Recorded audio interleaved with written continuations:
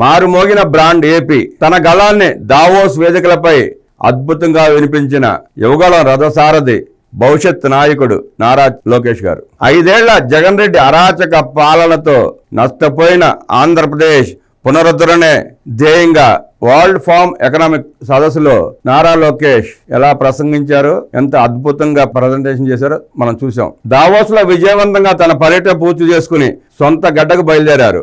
ఈ సందర్భంగా దావోస్ నారా లోకేష్ కి ఘనంగా వీడ్కోలు పలికితే ఆంధ్రప్రదేశ్ అపూర్వ స్వాగతం పలకడానికి సిద్ధంగా ఉంది. వెల్కమ్ నారా లోకేష్ గారు. ప్రపంచ ఆర్థిక వేదిక సదస్సులో 30 మందికి పైగా గ్లోబల్ పారిశ్రామికవేత్తలతో మంత్రి లోకేష్ ముఖాముఖి భేటీ అయ్యారు. తొలి రోజున స్విట్జర్లాండ్ పారిశ్రామికవేత్తలు తెలుగు డయాస్పోరా సమావేశాలకు హాజరై రాష్ట్రంలో పారిశ్రామిక అభివృద్ధికి సహకరించాలని విజ్ఞప్తి చేశారు. ఒకవైపు గ్లోబల్ పారిశ్రామికవేత్తలతో ముఖాముఖి సమావేశాలు నిర్వహిస్తూనే మరోవైపు 8 రౌండ్ టేబుల్ సమావేశాలకు హాజరై ఆయా రంగాల్లో ఆంధ్రప్రదేశ్ ప్రభుత్వ విధానాలపై తమ గళాన్ని వినిపించారు. 9 మంది వివిధ రంగాల అంతర్జాతీయ నిపుణులతో సమావేశమై ఏపీలో పెట్టుబడులకు గల అవకాశాలపై చర్చించారు.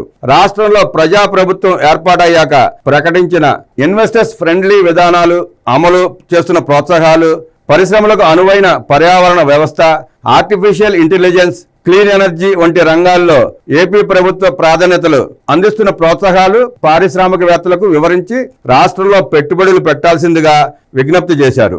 దార్శనిక ముఖ్యమంత్రి చంద్రబాబు నాయుడు నేతృత్వంలో ఏపీ ఏ విధంగా అభివృద్ధి పదంలో పయనిస్తుందో మంత్రి లోకేష్ సోదహారంగా వివరించారు.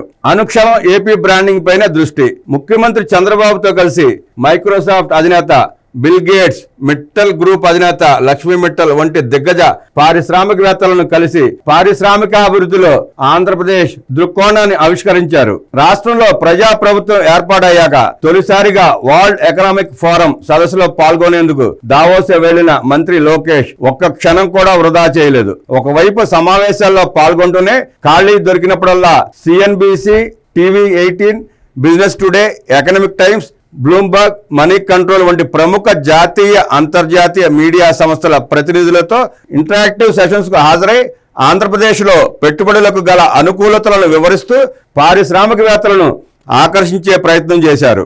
అంతర్జాతీయంగా వస్తున్న సాంకేతిక మార్పులకు అనుగుణంగా ఆంధ్రప్రదేశ్ విద్యారంగంలో తెస్తున్న సంస్కరణలు, ఫార్మాస్యూటికల్, హెల్త్ కేర్, లాజిస్టిక్స్ రంగాల్లో పెట్టుబడులకు గల అవకాశాలను అంతర్జాతీయ వేదికపై నుంచి వివరించారు.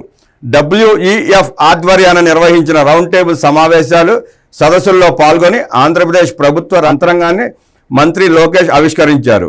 -డిగ్రీల ప్రతికూల వాతావరణంలోనూ ఒకవైపు మంచు వర్షం పడుతున్నా లెక్క చేయకుండా పట్టు వదలని విక్రమార్కుడిలా దావోస్ రోడ్లపై నడుచుకుంటూ సమావేశాలకు హాజరై ఇతర రాష్ట్రాల ప్రతినిధులతో శభాష్ అనిపించుకున్నారు.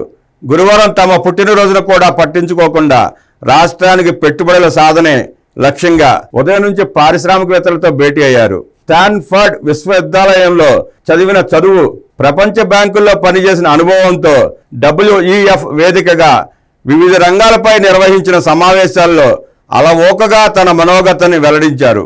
ప్రపంచ పారిశ్రామికవేత్తలతో సమావేశమైన సందర్భంలోనూ మంగళగిరి చేనేతపై తమ అభిమానాన్ని చాటుకున్నారు. నారా లోకేష్ గారికి మంగళగిరి అంటే ఎంత అభిమానమో ఇది ఒక చిన్న ఉదాహరణ. దావోస్ వెళుతూ కూడా మంగళగిరి నుంచే శాలువాలు తీసుకువెళ్లారు ఆయన. అక్కడికి వచ్చిన ప్రపంచ దిగ్గజాలకి, పారిశ్రామికవేత్తలకి, CEOలకి ఆ మంగళగిరి శాలువాలనే ఆయన కప్పారు. బిల్ గేట్స్, లక్ష్మీ మిట్టల్తో ముఖ్యమంత్రి చంద్రబాబుతో కలిసి సమావేశమైన సందర్భంలో మంగళగిరి శాలువాలతోనే వారిని సీఎం చేతుల మీదుగా సత్కరించారు. తాము కలిసిన పారిశ్రామికవేత్తలందరినీ మంగళగిరి చేనేత శాలువాలతో సన్మానించి తమ అభిమానాన్ని చాటారు. తాను ఎక్కడ ఉన్నా తన మనసు మంగళగిరిలోనే ఉంటుందని చెప్పే మంత్రి లోకేష్ మాటల్లోనే కాకుండా చేనేతలపై తన మమకారాన్ని చేతల్లో చూపించారు. దావోస్ వెళ్లే ముందు మంగళగిరి చేనేత శాలువాలను ప్రత్యేకంగా ఆర్డర్ చేసి సిద్ధం చేసుకుని వెళ్లారు. ఎటువంటి ఆడంబరాలకు తావీయకుండా WEF వేదికగా ఏపీ బ్రాండ్ కోసం లోకేష్ చేసిన కృషి కార్యరూపం దాల్చి త్వరలోనే రాష్ట్రానికి పెట్టుబడులు వెల్లువెత్తనున్నాయి. 2014-19 మధ్యలో నారా చంద్రబాబు నాయుడు గారు అరకు కాఫీకి బ్రాండ్ అంబాసిడర్గా నిలబడితే 2025 దావోస్ వేదికగా మంగళగిరి చేనేతకు నారా లోకేష్ గారు బ్రాండ్ అంబాసిడర్ గా నిలబడ్డారు.